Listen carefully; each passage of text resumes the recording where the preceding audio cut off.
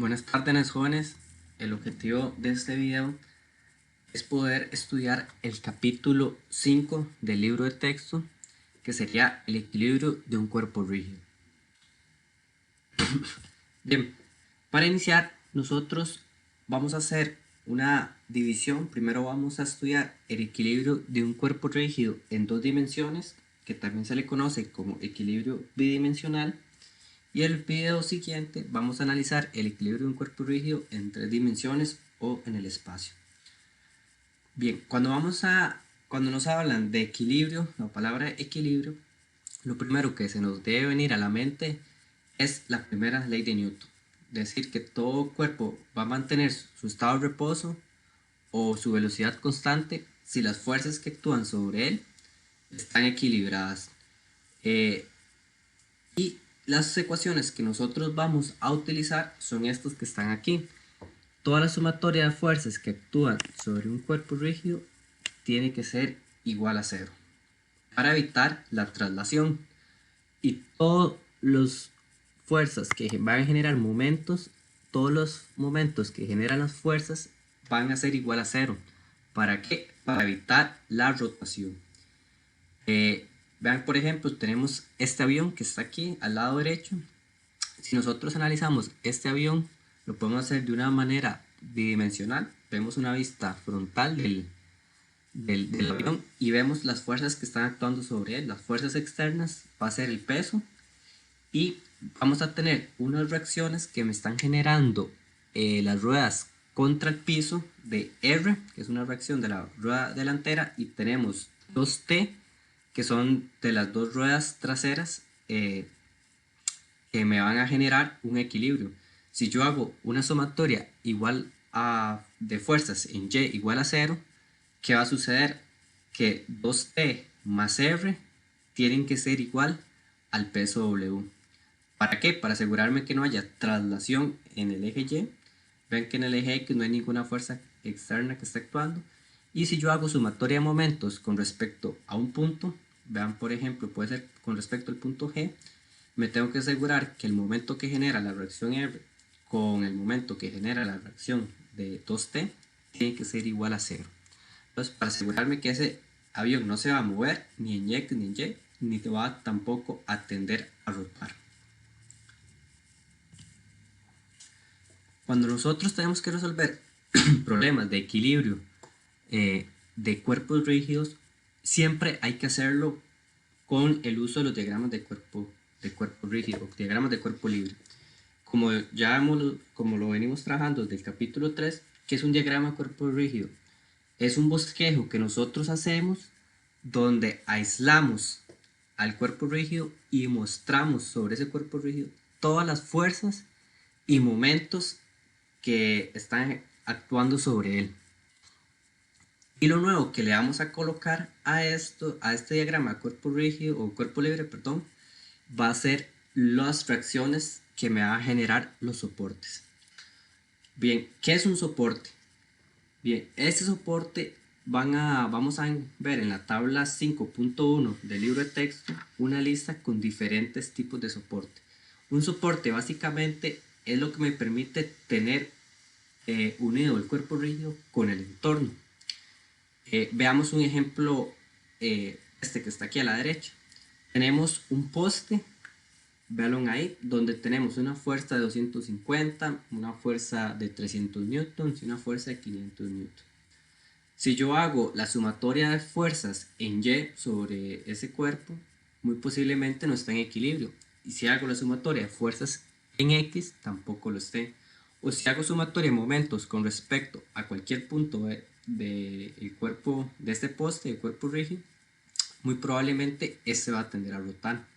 Entonces, ¿qué es lo que me sirven los soportes? Yo, para evitar que este poste se traslade ni rote, yo lo que voy a hacer es anclarlo sobre el suelo, al entorno. Entonces, esto que está aquí, bueno, aquí se tapa por esta flecha que coloqué, pero esto es lo que le conocemos como un empotramiento. ¿Qué es lo que me va a generar este empotramiento? Un empotramiento, para los que no manejan el término, lo podemos decir, es por ejemplo cuando ustedes un rótulo de estos publicitarios y lo que hacen es un hueco en el suelo y ese rótulo va enterrado a cierta profundidad para así evitarme de que el rótulo se mueva y tampoco rote. Entonces, este empotramiento, ¿qué es lo que me va a generar? Una fuerza reactiva que tiene que ser opuesta a las fuerzas que me están, opuesta a las fuerzas externas, y un momento reactivo también opuesto al momento que me están generando esas fuerzas externas. Entonces, yo con esos soportes de tipo empotramiento me evito que este poste AB que está aquí tienda a rotar o a trasladarse. Bien, como regla general, véanlo aquí, como regla general tenemos que un soporte evita la traslación de un cuerpo al ejercer una fuerza sobre el cuerpo en la dirección opuesta. Es lo que les decía, si nosotros hacemos un sistema de fuerzas resultantes, vamos a ver que vamos a tener fuerzas en X negativo, si tenemos X y Y. Vean que tenemos a 250, la componente en X de 250 va hacia X positivo. Vean que la componente 500 va hacia X negativo y esta 300 está sobre X negativo. Entonces tenemos que generar una fuerza reactiva donde tenemos una componente en X positivo para así asegurarme el equilibrio. Igual pasa con los momentos. Un momento o un soporte evita la rotación de un cuerpo, siempre ese momento reactivo de par va a ser opuesto a los momentos que están generando esas fuerzas externas. Ahorita vamos a ver numéricamente donde se entiende mejor. Bien, como les dije, tenemos un cuerpo rígido y este está unido al entorno por medio de soportes. La tabla 5.1 trae 10 tipos de soportes diferentes y cada uno tiene su forma restrictiva o grados de libertad que me permite a mí poder soportar un cuerpo rígido. Entonces en el libro de texto tenemos este ejemplo que es muy claro. Tenemos una viga y tenemos tres formas diferentes de soportar esta viga. Tenemos la forma A, que es esta que está aquí. Luego tenemos una viga y colocamos un rodillo o un cilindro. Entonces, ¿qué es lo que va a suceder? Este rodillo, si yo le coloco una fuerza externa o el peso mismo de la viga, una fuerza aquí, este rodillo me va a generar una reacción, es esta que se muestra aquí, que tiene que ser igual o opuesta a esta F1. Bien, pero ¿qué pasa si yo en vez de colocar una fuerza en Y, coloco una fuerza en inclinada? Esta fuerza 2 va a tener una componente en X. La componente en X no hay ningún soporte que me lo restrinja de movimiento, entonces esta viga se me va a mover o va a tender a moverse para hacia la izquierda. Bien, entonces el soporte tipo rodillo solo me va a generar una reacción que va a ser opuesta o una normal. Tenemos otra forma de sostener una viga o soportarla, perdón, que es esta, la que tenemos aquí a la derecha, que le llamamos perno o pasador. Esto, los que no se familiarizan con el término pasador, básicamente es este que está aquí. Tenemos un pin donde lo hacemos pasar de lado a lado de la viga, y este pin ya armado es esto que tenemos aquí. Si nosotros tratamos de generar una fuerza sobre la viga, este pin me va a impedir aquí el movimiento. Entonces un pasador me va a impedir la traslación, pero ¿qué pasa cuando yo genero esta fuerza aquí? Con este pivote me va a tender a rotar en esta dirección. Entonces un pasador me evita la traslación, pero me permite este movimiento de rotación. Y tenemos la forma C, que es la forma más restrictiva, que es este tipo que se llama soporte fijo o le llamamos empotramiento. ¿Qué es lo que sucede? igualmente, si yo coloco una fuerza aquí, entonces por ejemplo, imagínense de que tengo una viga y le hice un hueco a la pared, incrusté la viga aquí, incrusté la viga en la pared, todo esto está concreto. Entonces, ¿qué es lo que va a suceder? Esta fuerza F que se está colocando aquí me va a impedir que esta viga se mueva y que también rote. Entonces, vean que las reacciones que me va a generar un empotramiento van a ser reacciones de traslación y reacción de movimiento, perdón, de traslación. Entonces, vamos a tenerlo en la tabla 5.1 del libro de texto, vean los diferentes tipos de empotramiento que tenemos.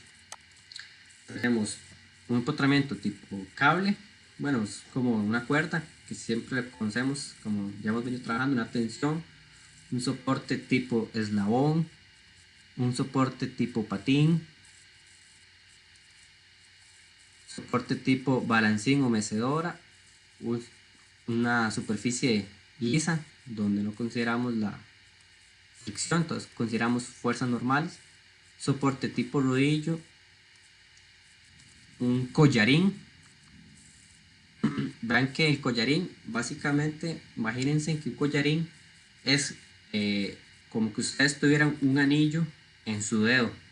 Entonces, si ustedes ese anillo lo pueden mover a lo largo de su dedo, pero si lo quieren mover hacia arriba o hacia la derecha, el dedo se los va a impedir. Entonces va a generar unas reacciones de traslación. Y ya tenemos el pasador, que ya me genera dos reacciones en X y en Y. Y ya después tenemos una de las más restrictivas, que es el soporte tipo empotramiento o fijo, que fue el último que revisamos. Entonces esa tabla está ahí disponible para que ustedes la revisen, pero básicamente ustedes tienen que entender que un soporte lo que me está haciendo, la función de un soporte es impedir el movimiento. Aquí es un extracto de la tabla que dice esta y la pueden revisar en su libro de texto. Bien, ya para ir finalizando con la teoría de este capítulo 5, tenemos estos conceptos que son relativamente sencillos y es a la hora de tener cuidado cuando nosotros vamos a hacer los diagramas de cuerpo libre. Factores que debemos tomar en cuenta cuando vamos a realizar un diagrama de cuerpo libre. El primer es el tema de las fuerzas internas. Hasta el momento nosotros no hemos visto este tema de fuerzas internas, por eso no nos va a preocupar tanto. Este tema lo vemos hasta final del curso. Las fuerzas internas son las que me permiten mantener el cuerpo rígido unido, y para nuestro efecto las fuerzas internas no se van a tomar en cuenta. Entonces, por ejemplo, si tenemos el motor que tenemos aquí en el lado izquierdo, está soportado por esta cadena. Nosotros cuando analizamos el cuerpo rígido del motor lo analizamos como un bloque completo, entonces decimos que tiene unas tensiones y el peso. Las fuerzas internas pueden decir, por ejemplo, la fuerza que tiene unida la tapa superior con la parte inferior. En este caso no me van a interesar porque cuando yo lo hago se van, por tercera ley de Newton, se van a cancelar. Entonces, cuando hacemos los diagramas de cuerpo libre, me interesa el cuerpo rígido como tal, no las fuerzas que lo componen o las fuerzas internas. Y el segundo factor que vamos a considerar es el peso. El peso siempre nos lo van a indicar, tanta libra fuerza, tantos newton, lo vamos a colocar en el centro de gravedad. Este también es un tema que nosotros vamos a ver más adelante, cómo calcular el centro de gravedad de un cuerpo, pero en esta etapa en que estamos nosotros, todos nuestros ejercicios nos van a decir el peso se encuentra, el peso de tantos newtons está ubicado en el centro de gravedad y nos lo van a indicar. Generalmente lo van a poner con un punto G. Entonces, donde está el centro de gravedad, ahí vamos a colocar el peso. Y lo que nosotros tratamos de hacer es generar modelos idealizados. ¿A qué se refiere a modelos idealizados? Tener un ejemplo en la vida real, por ejemplo, que esto sería como un elevador o una grúa. Nosotros podemos este elemento que está aquí, hacerlo simplificado, identificar que lo que tenemos en A es un pasador y lo que tenemos en BC, que va a ser un soporte tipo pistón. Es un pistón que básicamente lo que va a hacer es generar una fuerza a lo largo de su línea BC para asegurarme de que la pluma de A hasta el punto extremo no tienda a rotar. Entonces, la función de ese pistón va a ser eso. Entonces nosotros podemos hacer un ejemplo en la vida real, hacerlo a un modelo idealizado como este que tenemos aquí. Bien. Ya por último les hago este extracto del libro de texto. Vean lo que dice: ningún problema de equilibrio debe ser resuelto sin trazar primero el diagrama de cuerpo libre. Eso es lo primero que siempre que vamos a revisar, son los diagramas de cuerpo libre, ya que ahí ustedes colocan todo lo que conocen del cuerpo, todas sus incógnitas, ven cuántas ecuaciones, cuántas incógnitas tienen y empezamos a resolver. Cuando nosotros vayamos a realizar los diagramas de cuerpo libre, yo tengo estos pasos aquí que lo que les indican es para estar seguros si ustedes están cumpliendo todos. Vean, por ejemplo, cuando decimos vamos a trazar un diagrama de cuerpo libre, digo selecciono el cuerpo rígido y lo aíslo. Ya cuando tengo mi cuerpo rígido seleccionado, lo que voy a hacer es indicar todas las fuerzas que están actuando sobre el cuerpo rígido. ¿Qué son las fuerzas externas? ¿Verdad? Me refiero al peso, si hay una fuerza tanto en newton, si hay un momento externo. Luego el tercer paso, lo que vamos a hacer es los soportes lo vamos a sustituir por las reacciones. En este caso nos podemos apoyar con el uso de la tabla 5.1. Tenemos que rotular las magnitudes y la dirección de las fuerzas, así como las distancias. ¿Por qué las distancias? Porque vamos a hacer sumatoria de momentos, y para momentos ocupamos las distancias o los brazos de palanca. Entonces tenemos que tener bien clara cuántas son las distancias, cuáles son las fuerzas conocidas, cuáles son incógnitas, para poder resolver. Y por último, tenemos que verificar que todos estos pasos anteriores se hayan cumplido, y si hace falta algo, debemos colocarlo. Entonces veamos este primer caso. Tenemos un ejemplo de un camión donde me piden específicamente trazar el diagrama de cuerpo libre de la caja de volteo D. La caja de volteo D, que tiene un peso de 5.000 libras, eso es libra fuerza, y un centro de gravedad que está ubicado en G. La caja está soportada por un pasador en A y un cilindro hidráulico. Este es el pistón que les comentaba. Lo vamos a modelar como un eslabón corto conectado mediante un pasador. Bien, entonces, ¿qué es lo que tenemos? El primer paso era seleccionar el cuerpo rígido. En este caso ya me lo están indicando, la caja de volteo. Entonces la caja de volteo es lo que voy a seleccionar.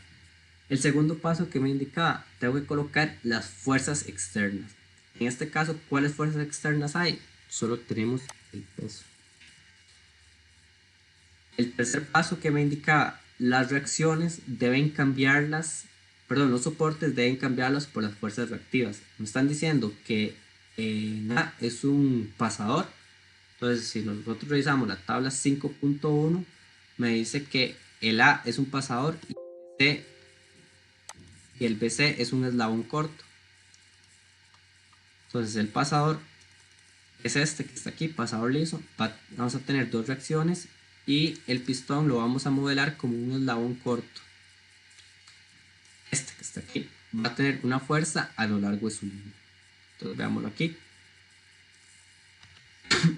Tenemos el pasador en A, dos reacciones, a X, a Y, y tenemos el eslabón corto que es el pistón, lo simulamos, una fuerza a lo largo de su línea. El cuarto paso era rotular y colocar dimensiones. Esto es muy importante, el tema de las dimensiones. Ven, aquí tengo 3 metros, 1 metro, y un diagrama de cuerpo libre está completo cuando tiene dimensiones. Y también muy importante que tengo que colocar ángulos. Entonces vean, ángulos es importante también colocarlo. Este ángulo aquí y el otro ángulo aquí. Entonces vean que ahí ya generé mi diagrama de cuerpo libre de la caja de volteo, y ahora sí puedo empezar a resolver.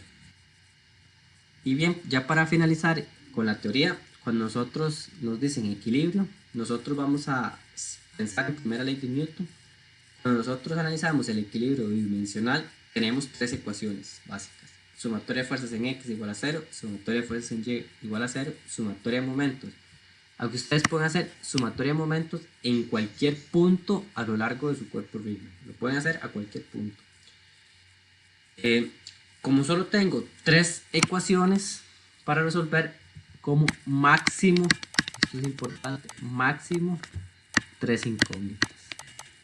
Entonces yo cuando estoy haciendo el equilibrio dimensional máximo puedo tener 3 incógnitas. Si tengo más de 3 incógnitas, tengo que ver la forma de cómo resolver o cómo encontrar una fuerza desconocida a fuerza conocida y poder resolver. Si ya tengo más de 3, no puedo resolver 4 incógnitas con 3 ecuaciones. Matemáticamente es imposible.